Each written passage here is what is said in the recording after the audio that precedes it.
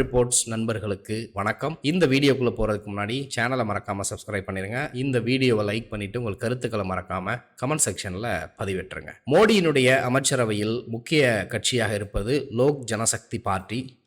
சிராக் பஸ்வான் அப்படிங்கிறவர் food processing and இண்டஸ்ட்ரீஸோடைய அமைச்சராக இருக்கிறாரு.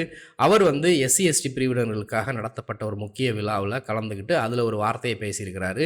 இடஒதுக்கீடு அரசியலமைப்பு சட்டத்தை பாதிக்கிற வகையில் ஏதாவது தீர்மானங்களை முக்கிய முடிவுகளை இந்த அரசாங்கம் கொண்டு வந்தால் என்னுடைய அமைச்சர் பதவியை தூக்கி போகிறதுக்கு ஒரு நிமிஷம் கூட நான் யோசிக்க மாட்டேன் அப்படிங்கிற ஒரு கருத்தை சொல்லியிருக்கிறாரு. எங்கள் அப்பா ராம்விலாஸ் பஸ்வான் என்ன கொள்கைகளை உறுதியாக அதில் வாழ்ந்தாரோ அதே கொள்கைகளில் தான் நானும் இப்போ பயணிச்சுக்கிட்டு இருக்கேன். அதில் ஒரு நாளும் நான் காம்ப்ரமைஸ் ஆக மாட்டேன் அப்படிங்கிற ஒரு கருத்தை சொல்லியிருக்கிறாரு. இந்த கருத்துக்கு பின்னணியில் உண்மையாகவே என்ன இருக்குது அப்படின்னு பார்த்தீங்கன்னா, ஏற்கனவே சமீபத்தில் லேட்ரல் என்ட்ரி அப்படிங்கிற ஒரு விஷயத்தை யூபிஎஸ்சி எக்ஸாமினேஷனில் இந்த மோடி அரசாங்கம் கொண்டு வர முயற்சி செஞ்ச போது இது முற்றிலும் தவறான விஷயம், இதை கொண்டு வரக்கூடாது, இடஒதுக்கீடை பாதிக்கிற மாதிரி எந்த ஒரு விஷயத்தையும் கொண்டு வரக்கூடாதுன்னு ஒரு எதிர்ப்பு குரலை எழுப்புனது தான் இந்த சிராக் பஸ்வான். அதனால தான் மோடி அவர்கள் அதை திரும்ப பெறுவதற்கு முடிவெடுத்தாங்க. மோடி ஆட்சிக்கு வந்ததுலேருந்து பல்வேறு விஷயங்களில் ரிவர்ஸ் கியரில் போனதுக்கு கூட்டணி கட்சிகளும் ஒரு காரணம் அப்படிங்கிறது முக்கியமான விஷயம்.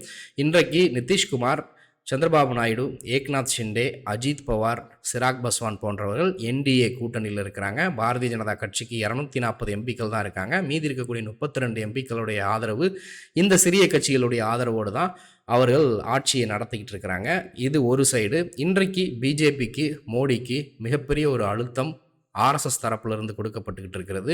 2025ஆம் ஆண்டு ஆர்எஸ்எஸ் அமைப்பினுடைய 100ஆண்டு விழா கொண்டாட இருக்கக்கூடிய அந்த நேரத்தில் பல விஷயங்கள் நம்ம செஞ்சு முடிச்சிருக்கணுன்ற பெரும் கனவோடு தான் ராமர் கோவிலெல்லாம் கட்டி திறந்து எலெக்ஷனை அவங்க எதிர்நோக்கினாங்க. ஆனால் அவர்கள் எதிர்பாராத விதமாக எலெக்ஷனில் பெரும் அடியை வாங்கினாங்க, பெரும்பான்மை கிடைக்கல.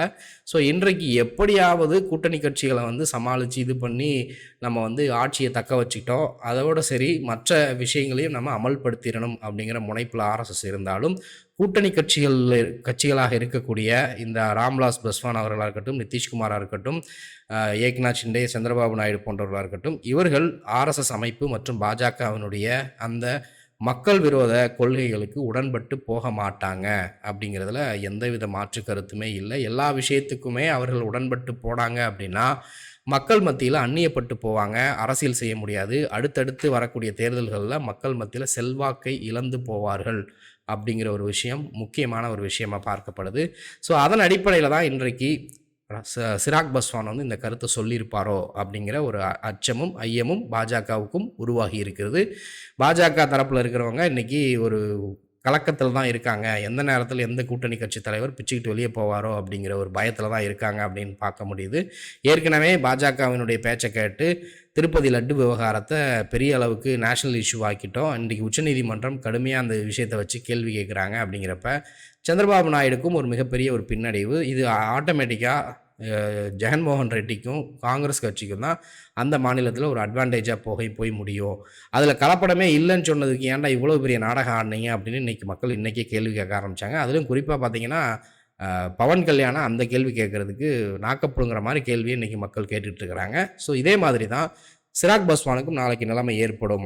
இதுக்கு பின்னணியில் இன்னும் பல முக்கியமான காரியங்கள் பீகாரில் சமீப காலமாக நடந்துக்கிட்டு இருக்குது அப்படின்னு சொல்கிறாங்க. அது என்ன அப்படின்னு பார்த்தீங்கன்னா, நவாடா அப்படிங்கிற பகுதியில் ஒரு 40க்கும் மேற்பட்ட தலித் சமுதாயத்தை சார்ந்தவர்களுடைய வீடுகள் தீ வைத்து கொளுத்தப்பட்டன. அதற்கு பின்னணியில் பாஜக குண்டர்கள் தான் இருக்கிறாங்க அப்படின்னு அங்கே இருக்கக்கூடிய காங்கிரஸ் கட்சி மற்றும் ஆர்ஜேடி தலைவர்கள் குற்றச்சாட்டு வைக்கிறாங்க. ஸோ இதை கணக்கில் எடுத்து தான் சிராக் பஸ்வான் ஒரு பகிரங்கமாக சொல்லியிருக்கிறாரு, அமைச்சர் பதவியை தூக்கி போட்டு போய்கிட்டே இருப்பேன் அப்படின்னு சொல்லிட்டு. இது ஒரு புறம் இருந்தாலும் சாதிவாரி கணக்கெடுப்பு அப்படிங்கிற விஷயத்துக்கு முக்கியத்துவம் பீகாரில் எல்லா மக்கள் மத்தியிலும் அதிகமாக பரவி இருக்குது. அதிகப்படியாக இந்தியா முழுக்க இருக்கக்கூடிய இளைஞர்கள் வேலைவாய்ப்பின்மையினாலும் விலைவாசி உயர்வினாலும் பாதிக்கப்படுறாங்கன்னா அதில் அதிகப்படியாக பாதிக்கப்படுவது பீகார், உத்தரப்பிரதேசத்தில் இருக்கக்கூடிய இளைஞர்கள் தான் அப்படிங்கிறத உறுதிப்பட கூறலாம். இன்றைக்கு நிதிஷ்குமார் மாநில அரசுலையும் பாஜகவோட கூட்டணியில் இருக்கிறாரு, ஒன்றிய அரசிலையும் பாஜகவோட கூட்டணியில் இருக்கிறாரு. நிதிஷ்குமார் மற்றும் சந்திரபாபு நாயுடு அவர்களுடைய பிரதான கோரிக்கை வந்து அந்தந்த மாநிலத்துக்கு சிறப்பு அந்தஸ்து கொடுக்கணும். சிறப்பு அந்தஸ்து கொடுக்கறனா ஸ்பெஷல் மணி பேக்கேஜ் கொடுக்கணும். ஆனால் இந்த பட்ஜெட்டில் வந்து அறிவிச்சிருக்கிறாங்க. ஆனால் முழுமையாக அறிவித்த எல்லாமே அந்த மாநிலத்துக்கு போய் சேருமா அப்படிங்கிறது நம்ம போக போக அடுத்தடுத்து வரக்கூடிய மாநில மாதங்களில் தான் நமக்கு அது தெரியும். அதுவுமே இவர்கள் வஞ்சிச்சாங்க அப்படின்னா கூட்டணியை விட்டு வெளியேறுவதற்கான சந்தர்ப்பங்கள் ரொம்ப பிரகாசமாக இருக்கும் அப்படிங்கிறத நம்ம தெளிவாகவே புரிஞ்சுக்கலாம். இது ஒரு பக்கம். ஏற்கனவே கடந்த காலகட்டங்களில் நிதிஷ்குமார் இந்த பக்கமும் அந்த பக்கமும் மாறி மாறி தவிர்க்கிறாரு. இன்றைக்கு மக்கள் மத்தியிலையும் பாஜக மேலே கடும் கோபம் இருக்குது. பீகார் மக்கள் மத்தியில் மட்டும் இல்லை, இந்தியா முழுக்க விலைவாசி உயர்வுனாலும் வேலைவாய்ப்பின்மையினாலும் மக்கள் பாஜகவை வந்து புறக்கணிச்சிட்டு இருக்காங்க அப்படிங்கிறது தெரிய வருது. இந்த நேரத்தில் ஹிந்துத்துவ ஐடியாலஜியை தூக்கி பிடிச்சி அதை வச்சு வெற்று அரசியல் பண்ண ஆரம்பித்தாங்கன்னா முழுவதும் மக்களால் புறக்கணிக்கப்பட்டு போவாங்க அப்படிங்கிற ஒரு விஷயத்தை ரொம்ப எளிதாகவே நம்ம புரிஞ்சுக்கலாம். அப்படி இருக்கிறப்ப பாஜகவோடு தொடர்ந்து சந்திரபாபு நாயுடும் சிராக் பஸ்வானும் நிதிஷ்குமாரும் ஏக்நாத் ஷிண்டே போன்றவர்களும் தொடர்ந்து பயணித்தார்களே ஆனால் அவர்கள் மேலேயும் மக்கள் கோபம் வந்து விழுக ஆரம்பிக்கும். இப்போ 2025 பீகார் மாநிலத்தில் வந்து தேர்தல் வர இருக்கிறது, சட்டமன்ற தேர்தல் வர இருக்கிறது. அப்படி இருக்கிறப்ப அங்கே எப்படி வெற்றி பெற முடியும் திரும்பவும் அப்படிங்கிற ஒரு கேள்வி. இதை தாண்டி பிஜேபி கட்சிக்குள்ளாக வந்து பல உட்கட்சி பூசல்கள் உருவாகி இருக்கிறது. நீங்கள் நிதிஷ்குமாரோட போய் கூட்டணி வைக்கிறீங்க, நம்மளால் தனியாக நின்று ஜெயிக்க முடியும், நம்ம பார்த்தீங்கன்னா 79 சீட்டு வச்சுருக்கிறோம், அவள் 30 கிட்ட வச்சுக்கிட்டு அவருக்கு சீஃப் மினிஸ்டர் பதவி கொடுக்குறீங்க, இது எந்த விதத்தில் நியாயம் அப்படின்னு பிஜேபியினுடைய மாநில தலைமையில் இருக்கக்கூடிய தலைவர்கள் முக்கியமான ஒரு போர்க்கொடியை தூக்குறாங்க. ஏன்னா நாங்கள் கடும் உழைப்பை செலுத்தி இருக்கிறோம், நாங்கள் உழைச்சி 80 சீட்டுகளை ஜெயிக்க வச்சுருக்கிறோம் கட்சியை. ஆனால் எங்களுக்கு சீஃப் மினிஸ்டர் பதவி கொடுக்காம நிதிஷ்குமாருக்கு கொடுத்தீங்கன்னா அது எந்த விதத்தில் நியாயம், 2 வருஷம் அவர் இருக்கட்டும் மீதி நம்ம இருப்போம் அப்படிங்கிற மாதிரியான கேள்விகளெல்லாம் பிஜேபிக்காரர்கள் வந்து கேட்க தொடங்கியிருக்கிறாங்க. அப்படிங்கிற ஒரு கலகக்குரலும் பிஜேபிக்குள்ளே இருப்பதாகவும் தகவல் வருது. இந்த நிலைமையில தான் பிரசாந்த் கிஷோர் வந்து கட்சி ஆரம்பித்திருக்கிறது ஒரு சர்ப்ரைஸாக எல்லாருக்கும் சொல்கிறாங்க. காரணம் என்னென்னா நிதிஷ்குமாருக்கு வந்து வயசாயிருச்சு, அவ்வளோதான். அவருக்கு அப்புறம் ஜேடியூ வந்து வளர்த்து கொண்டு வரதுக்கு பெரிய அளவுக்கு அங்கே ஆள் இல்லை, அவர் மகனையும் அவர் பெரிய அளவுக்கு உருவாக்கலை, அவர் இப்போ தான் அவர் மகனை கொண்டு வரதுக்கு முயற்சி செய்கிறாரு. ஆனால் அந்த அளவுக்கு அது மக்கள் மத்தியில் எடுபடுமான்னு தெரியலை அப்படிங்கிற ஒரு இதுவும் சொல்கிறாங்க. அந்த மாநிலத்தில் ஆர்ஜேடி ராஷ்ட்ரிய ஜனதாதள் லல்லு பிரசாத் யாதவ் அவர்களுடைய கட்சி ரொம்ப வலுவாக இருக்குது.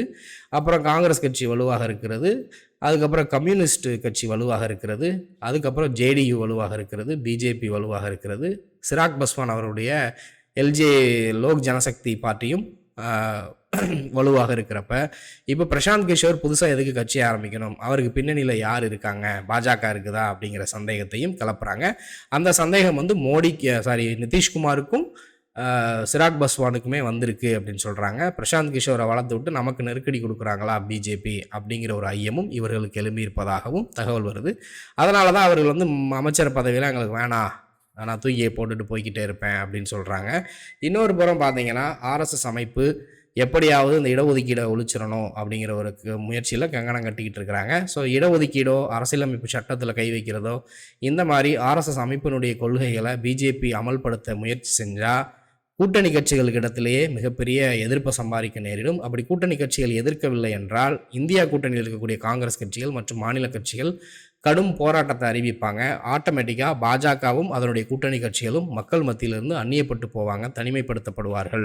ஸோ இன்றைக்கு இருக்கக்கூடிய காலகட்டத்தில் பீகார் மட்டும் இல்லை, ஹிந்தி பேசக்கூடிய பல்வேறு மாநிலங்களில் இப்படி தான் ஒரு சிக்கல்கள் வந்து உருவாகி இருக்கிறது பாஜகவுக்கும் பாஜகவோடு கூட்டணியில் இருக்கக்கூடிய பல்வேறு கட்சிகளுக்கும் அப்படின்னு சொல்கிறாங்க. ஸோ இந்த நிலையில் அது சிராக் பஸ்வான் அவர்கள் வந்து சொல்லியிருக்கக்கூடிய விஷயம் பாஜகவுக்கு வந்து மறைமுகமாக ஒரு செய்தி அனுப்புது. என்ன அப்படின்னா, நாங்கள் சொல்கிற மாதிரி தான் நீங்கள் ஆட்சியை நடத்தணும், நீங்கள் சொல்கிற மாதிரி நாங்கள் ஆட்சியை கூட நடத்தக்கூடாது அப்படிங்கிற லெவலுக்கு போயிருக்குது.